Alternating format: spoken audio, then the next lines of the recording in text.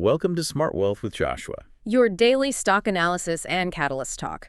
Today we're looking at Infleqtion. And if you find our talks useful, please consider subscribe, like, and comment underneath. It really helps the show. Definitely.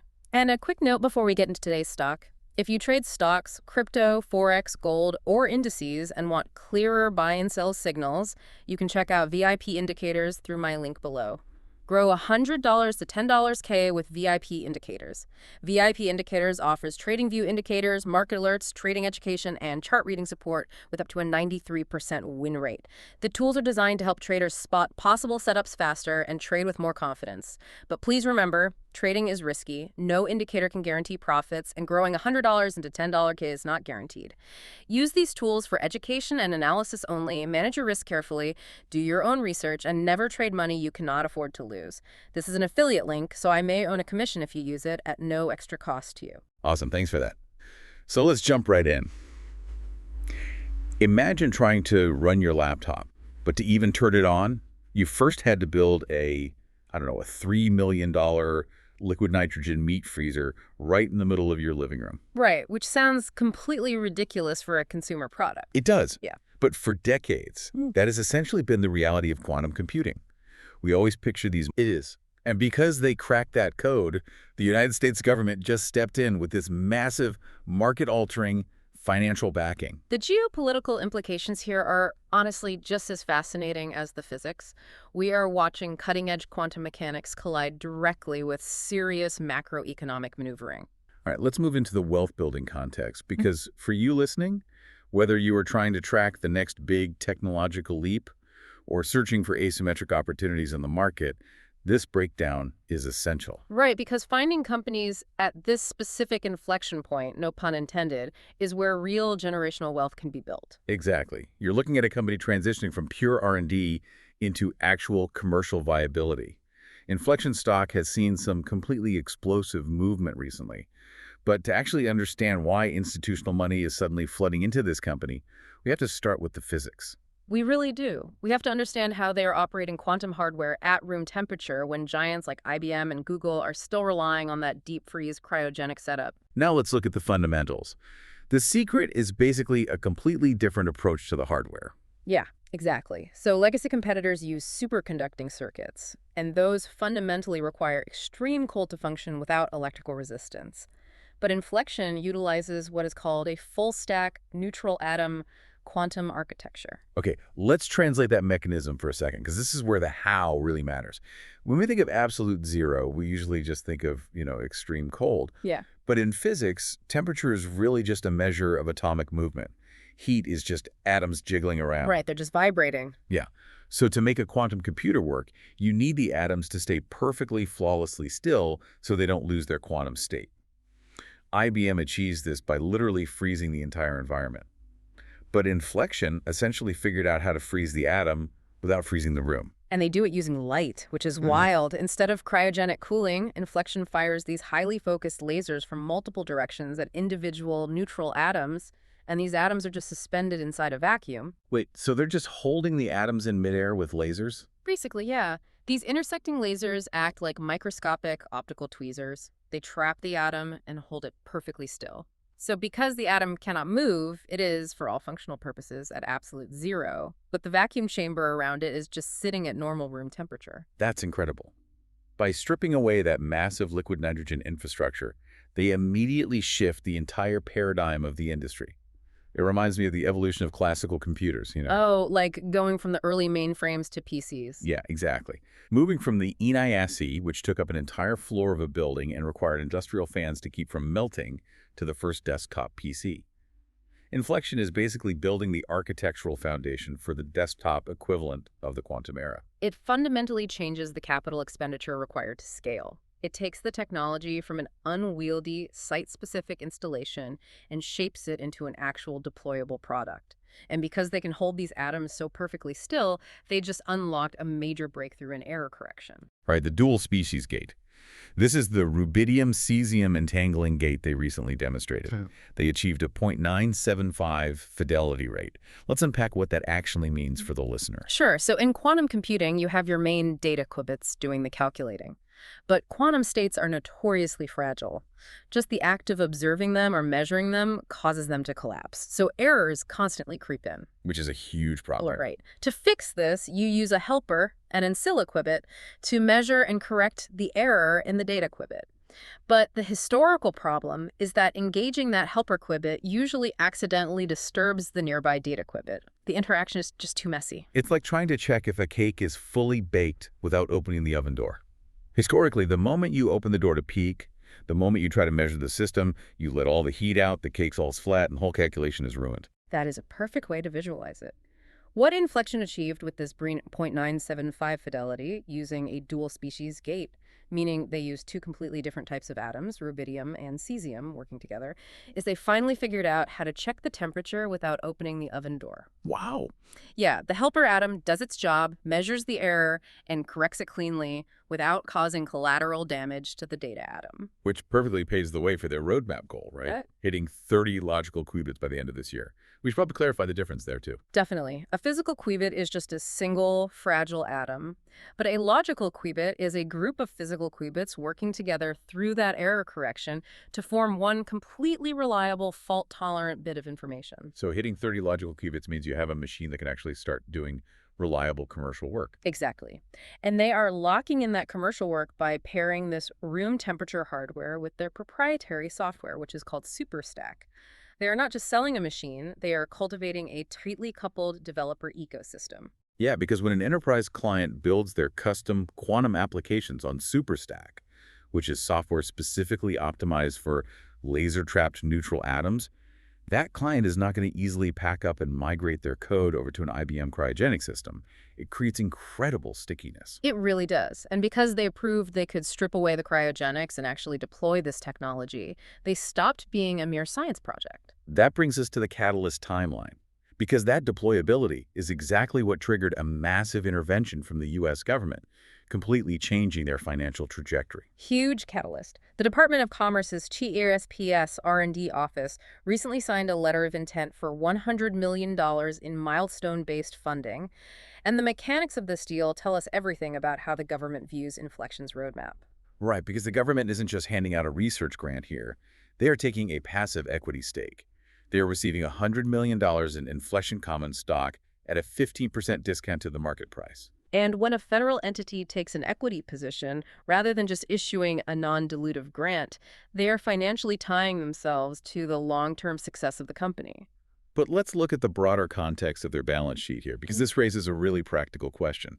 Following their SPAC merger back in February 2026, a SPAC being a fast-track vehicle to take a private company cognizant, public Infleqtion is sitting on a fortress of cash. Oh, yeah, they have $569 million in cash and available for sale securities. Right, and a huge chunk of that came from a $126.5 million institutional PIPE. Basically, a massive private investment made directly into the public entity, backed by major players like Morgan Stanley and Maverick Capital. Furthermore, in the first quarter, their cash used in operations was only $19.2 million. So they have plenty of runway. Exactly. They have $500 million in the bank and years of runway. So why does a $100 million government stake matter so much to a company that already has more money than it knows how to spend? Well, it really comes down to the concept of technological validation. In the deep tech and defense sectors, a fortress balance sheet ensures survival, sure, but the U.S. government's official stamp of approval, that guarantees a market. When the Department of Commerce takes an equity stake, they are basically telegraphing to allied governments, enterprise clients, and massive defense contractors that they have audited Infleqtion's room temperature IP and decided this is the foundational architecture of the future. So it effectively removes the technological risk for other investors. If you're an institutional fund manager, you know that if Infleqtion hits a roadblock, the U.S. government is now financially and strategically incentivized to help them clear it. Exactly. The narrative instantly shifts. It goes from a skeptical, will this laser trapping technology actually scale, to a highly urgent, how quickly can the Department of Defense help them deploy this in the field? Now let's pivot to the chart, because that sudden shift in the narrative caused a violent psychological reaction in the stock market. Let's look at the data from May 21st. Infleqtion stock surged 31.44% in a single session closing at $14.70. And the sheer volume of that move is what really stands out. We saw 74.8 million shares trade hands in one day. Which is an 889% increase over its 3-month average. Yeah, volume of that magnitude is structural. That is not just retail traders chasing a headline on Reddit. That is heavy, coordinated institutional accumulation. Because before this catalyst hit, the stock was actually slumping, right? Since their public debut in February, they were down about 18.5% year-to-date. The big institutional funds were clearly just sitting on the sidelines waiting to see if the room temperature physics were real. And the moment the government signed that letter of intent, those funds saw the ultimate due diligence complete, and they all rushed the door at the exact same time. So what does market sentiment look like right now looking forward? Very bullish. They recognize the mispricing. Even after that 31% surge, analysts are pushing a fair value narrative around $22 per share. That suggests the stock could still be roughly 36.5% undervalued from recent levels. And a significant portion of that $22 valuation target seems to be heavily driven by macroeconomic speculation, too. The Commerce Department has now signed a combined $2.013 billion in CTPS Act letters of intent. There is an aggressive bipartisan push to onshore critical technologies so the U.S. isn't dependent on foreign advancement. Right. And the speculation here is that with this newly minted government validation, Infleqtion becomes the automatic mandated subcontractor for neutral atom technology on any larger foundry awards. Which naturally fuels the larger M&A speculation. When you have a company with unique, highly defensible room temperature IP backed by the U.S. government, they immediately screen as a prime acquisition target for legacy defense contractors, companies like Lockheed Martin or Raytheon. Because quantum technology isn't just about faster computers. Quantum sensing allows for navigation completely independent of GPS satellites, completely unhackable communications, and radar detection that can spot stealth aircraft. Yeah, for a defense prime, owning the foundational layer of that technology isn't a luxury, it is an existential requirement. But I have to push back on this specific M&I narrative for a second. Okay, let's hear it. Infleqtion's market cap is already approaching $2.5 billion. If you factor in the premium an acquirer would have to pay, you are looking at a massive price tag. So why would Lockheed or Raytheon buy the entire company right now? Why not just wait a year or two on the sidelines to verify that the 30 logical qubit roadmap actually scales perfectly before spending billions? Well, that assumes they have the luxury of time, which ignores the absolute scarcity of the asset. I mean, there are not a dozen companies reliably demonstrating 0.975 fidelity room temperature entangling gates. Fair point. If a prime contractor waits for the technology to fully mature and commercialize, two things happen. First, the price tag doesn't just include an acquisition premium. The valuation likely leaps from $3 billion to $15 billion. Wow. Okay, and the second thing. Far more dangerously, they risk a direct competitor snapping it up first. If Boeing or Raytheon controls the fundamental patent layer for deployable room temperature quantum sensing, Lockheed is structurally locked out of the next generation of defense contracts. So the fear of missing out at the corporate level forces their hand. They wouldn't just be buying a company, they would be buying a monopoly on room temperature IP. Exactly. It is a thrilling narrative for investors riding the momentum. Now let's talk about the risks. Because if you were listening and thinking this sounds like a flawless, one-way setup, we need to look under the hood at the company's actual operations. There is a very real mathematical bear case we have to address. Oh, absolutely. You cannot analyze a deep tech company transitioning from an R&D lab to commercial viability without confronting the extreme profitability gap. Building quantum architecture is massively capital intensive. Yeah, let's lay out the Q1 2026 numbers. Infleqtion posted a GAAP operating loss of $33.58 million. And they achieved that while generating just $9.5 million in revenue. Which sounds rough. It does. Now, to give them credit, that top line is up 14% year over year, and it is entirely organic growth driven by their core products. But functionally, they are burning over $33 million to make less than $10 million. If you are an investor, you have to ask, when does this science project become a sustainable business? Well, we do have to contextualize that burn rate by looking at the difference between GAAP and non-GAAP accounting. The headline $33 million loss includes non-cash expenses like massive stock-based compensation and the heavy one-time accounting costs of going public via the SPAC. Right. If you strip those out to look at the actual cash going out the door for operations, their non-GAAP operating loss narrows significantly to $13.18 million. Which paints a slightly less alarming picture of their day-to-day burn rate. It shows operational discipline, yes, but the fundamental risk still remains. Deep tech is not software as a service. You cannot just write code and scale infinitely. You have to build physical, highly complex hardware. Investors are buying into a company squarely in its most capital-intensive building phase. And beyond the cash burn, there's a glaring customer concentration risk embedded in that $9.5 million of revenue. Yeah. Currently, 85% of their top line comes from government customers. That is a huge concentration. Exactly.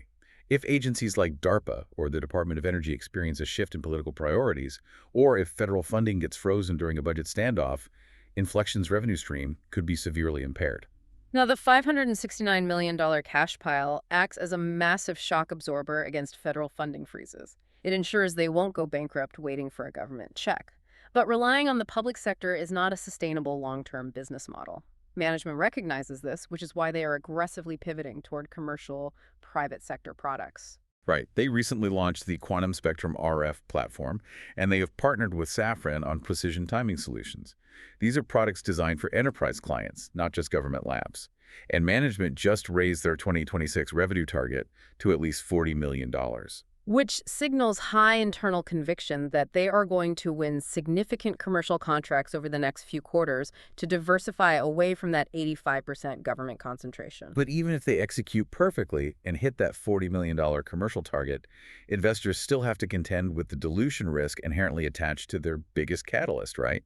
The $100 million letter of intent from the CHPS Act is incredible for validation, but taking that equity investment comes at a literal cost to the existing shareholders. Yeah, because of the 15% discount we mentioned earlier. To give the government $100 million worth of equity at a discounted price, Infleqtion literally has to create and issue more shares than they would at the standard market price.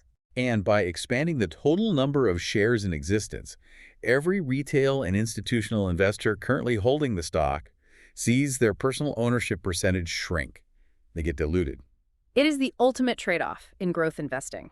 You accept a slightly smaller slice of the pie, but the influx of government capital and industry validation ensures the total size of the pie grows exponentially larger. The capital directly accelerates the R&D roadmap toward those 30 logical qubits. Yeah. If they hit that milestone, the overall valuation increases so much that the initial share dilution becomes a rounding error for early investors. But, if they stumble on the physics, that dilution is really going to sting. Oh, absolutely. So with everything on the table, what's the final verdict? The consensus fundamental research gives Infleqtion an 8 out of 10 bullish score. They offer unique, pure-play exposure to the quantum sector. They have successfully escaped the cryogenic deep freeze by trapping neutral atoms with lasers. They are sitting on a $500 million cash pile, and they just secured the ultimate validation from the U.S. government. Yeah, for an investor willing to stomach the inherent volatility of a multi-year hold while they navigate the capital-intensive transition to commercial viability, it presents a highly compelling setup with massive asymmetric upside. Definitely a multi-year view on this one. And as we wrap up this analysis, I want to leave you with one final thought to mull over. We spent this time talking about quantum computing, but right now the broader tech landscape is entirely consumed by the AI revolution. Everyone is obsessed with artificial intelligence. Oh, it's all anyone talks about. Right. However, AI, as it exists today, is facing a severe physical brick wall. It is constrained by traditional computing architecture, and more importantly, it is constrained by the physical limitations of the global power grid. Training and running these massive language models requires staggering, unsustainable amounts of electricity and dedicated cooling centers. Classical data centers are rapidly becoming the primary bottleneck for future AI advancement. I mean, you simply cannot build enough local power plants to feed the sequential processing requirements of next-generation artificial intelligence. So consider what happens to the entire global tech landscape if Infleqtion successfully scales a room-temperature, fault-tolerant quantum computer. Imagine artificial intelligence suddenly unchained from the limitations of the traditional energy grid, powered by quantum processors that don't require massive liquid nitrogen facilities to operate. That is wild to think about. We are looking at a looming AI quantum convergence. Keep a very close eye on how these two technological tidal waves might eventually crash into one another. It's not just about building a faster computer, it's about completely redefining what is computationally possible for the human race. And if you want extra help reading trading charts, you can check out VIP indicators through the link below.